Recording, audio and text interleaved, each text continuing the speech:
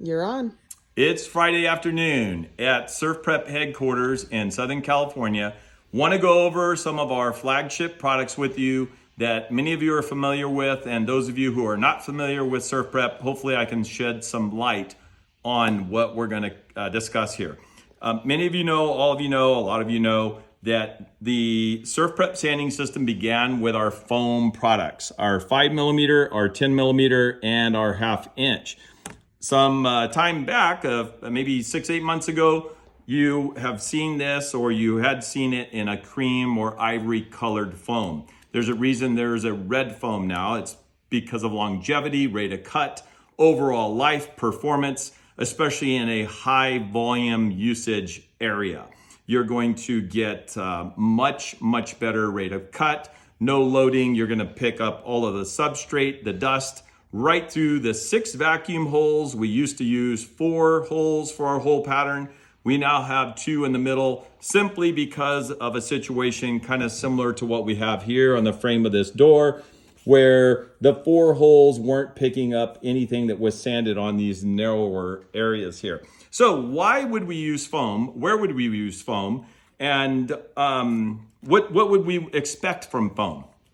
One of the big things with foam, and the reason this blew up in the early 2012, 2011, was for a door profile like this at a lot of our huge OEM cabinet door manufacturers on this mitered profiled frame of a door. It would take people for 20 doors, it would take them hours to sand that mitered area, and oftentimes with 2 or 3 or 4 different abrasives.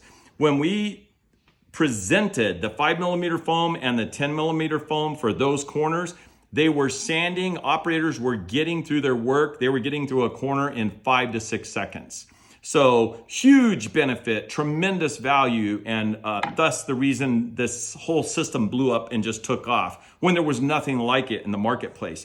So we have the 5mm foam, and some people say, well, why do you slice the 10mm to twice the thickness of 5mm? And that is simply to raise the sander up off the surface and the foam edge, the perimeter around the rectangle or disc, act as a bumper. So you weren't beating the backup pad into, like, say, a shaker door.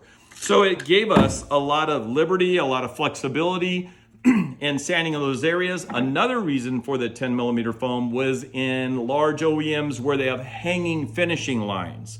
People that were walking up to a hanging finishing line where doors are traveling like, what was that movie? What was the movie with the Disney movie where all the doors are traveling through? Monsters, Inc. Monsters, Inc. If you can remember in Monsters, Inc., so some of you have never been in a large facility like that, you have thousands of doors traveling through this finish line, and people loved the 10mm running on the 3x4 sander. What's up with the 1/2 inch? The 1/2 inch is a product that is so incredibly flexible that you can wad it up in the palm of your hand, open your hand, and so that right there tells you, whoa, I've got the ability to follow contours. We have thousands of people today in the furniture refinishing industry all over the place that are using 1/2 inch foam because of its conformability, its ability to wrap profiles, and you no longer have to take your hand to the surface. Huge benefits. Rails on chairs. It could be the stretches between the legs of chairs. Whatever it is, anything that requires that intense, needs a flexible abrasive to get around it on a tool, that's where 1/2 inch foam came in. If you're using 1/2 inch foam on super sharp corners or super sharp angles or intense, this here is the, what is that? That's like the, this is on the bottom of a bunt foot, and it's the, I don't know, floor protector or whatever. If you hit a very hard plastic or a surface that's very sharp, because the foam is so flexible, it used to be able to tear through our ivory colored foam or our cream colored foam on Red Pro Foam. we have adjusted that in the chemical makeup of our foam to be able to absorb or take that kind of abuse. Anyway, so 1/2-inch foam, super flexible, very, very, very simple. Nothing incredibly like scientific about this, although it is extremely scientific in how the recipes we're using to make this. Now, another thing you'll notice, we used to only have the word designating the grit on the back of our ivory foam, and the word, it would just simply say medium. And a lot of people who are new to the system are like, what's medium? What's fine? What's very fine? What is that? How does that translate into a grit like P150, P180, P220? What does all that mean? Well, what we've done here is we've added numbers.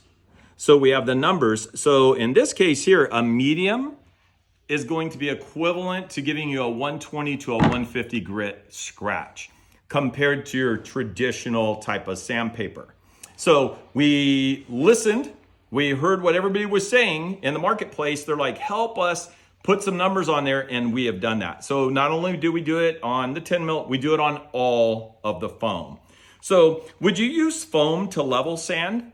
You know, if you're stripping a table, if you're really wanting to strip or plow down, like go into a farm field and just tear that farm field up so that you aerate it and everything, would you want to use foam? No, because foam, the fact that there's a foam backing supporting the abrasive, there's relief, and so the cutting points of the abrasive recess back up into the foam, and it's designed to do that. So if you're strip sanding, I was just messing around a little earlier, and I took this door, this one-piece MDF door that has primer on it.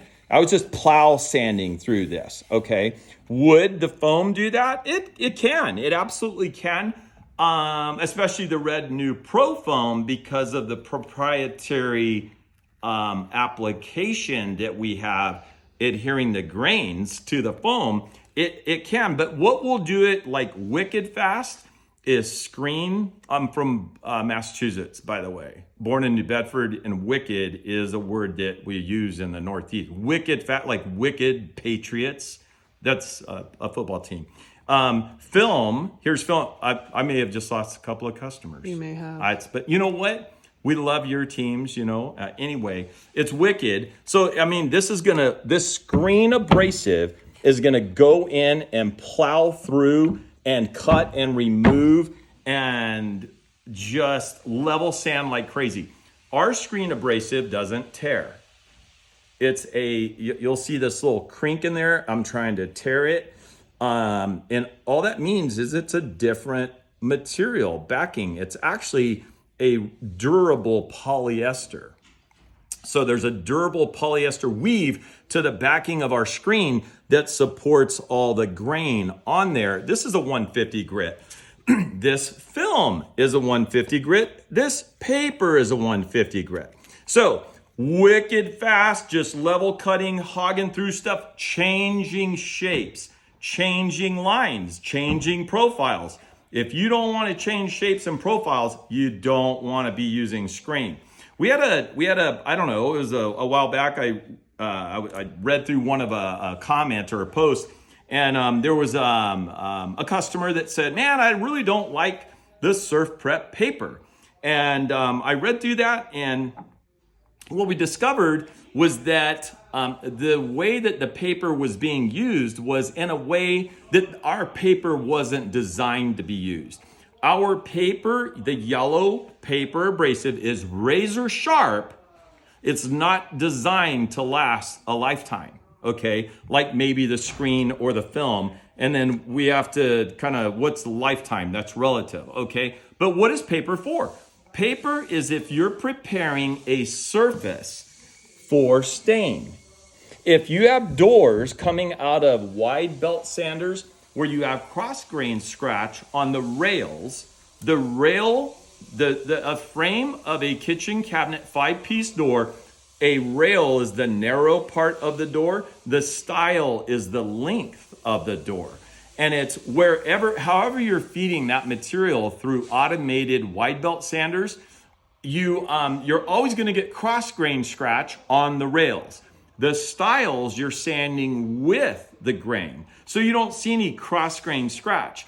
But on the rails, you get cross grain scratch, and there's so much labor and energy invested into removing the cross grain scratch that when you use surf prep paper, you float that over the rail with your sander, rectangular or round, 5-inch. It melts the residual peaks that are left over slightly above the valleys and the scratch.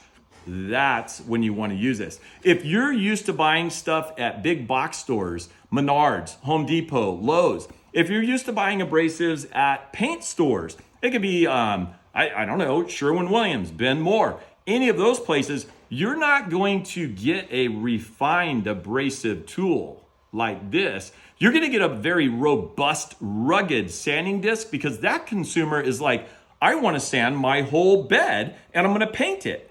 And so if you're sanding your bed and you're going to paint it, paint will fill what residual scratches are left over. You don't need this kind of a tool. So it's a very different cutting tool. So if you're looking at this product for longevity and major life, it ain't gonna happen because it wasn't designed for that.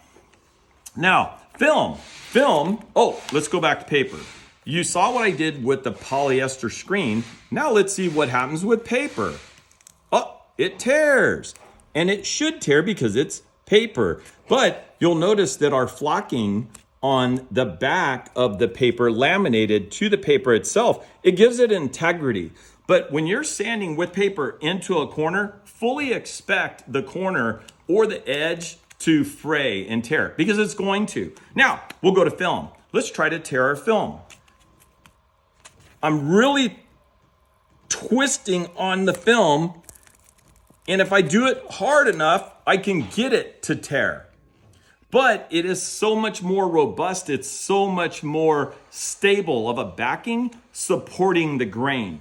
The other thing with film is the abrasive grain that's being coated onto the film. It's like laying sand down on a glass coffee table, an occasional table, whatever. If you have a glass or a granite countertop, if you're laying sand down on there and you try to make the sand go through the glass, it won't. So what does that mean? It means that this film backing makes the grain or the sand stand proud. It makes it stand proud. Anytime you have an abrasive that stands proud, it goes in and it attacks the surface. It level cuts. It abrades. It like removes stuff, not maybe wicked fast, but maybe wicked fast. So a lot of people like the film. We have the dust extraction holes in here. We're pulling up 100% of what we're sanding. We're removing it through the back end of our 3x4 sander, our 5-inch sanders, through the vacuum hose into these Surf Prep 8-gallon and 12-gallon vacuums. So a lot of this oftentimes is personal preference. A lot of people ask about swirl marks. Swirl marks are not fun. You can get swirl marks with any of these products. One of our engineers is going to be doing a video soon explaining how you use a foam abrasive pad in conjunction with some other abrasives to where your swirl marks are eliminated. They go away. Swirl marks come from a myriad of reasons, hundreds of reasons. Okay, maybe 50, I don't know, or 40.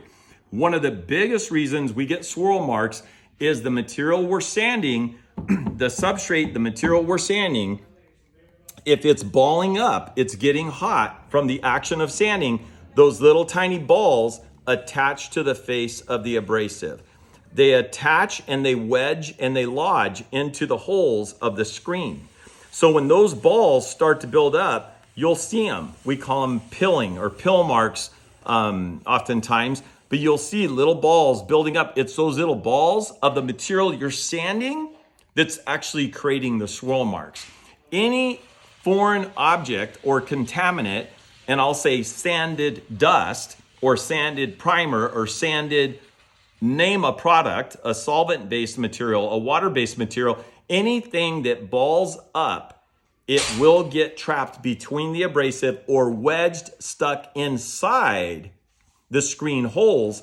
And while you're sanding, you will see the perfect orbit action of a tool, and it's that particulate moving and creating the swirl marks.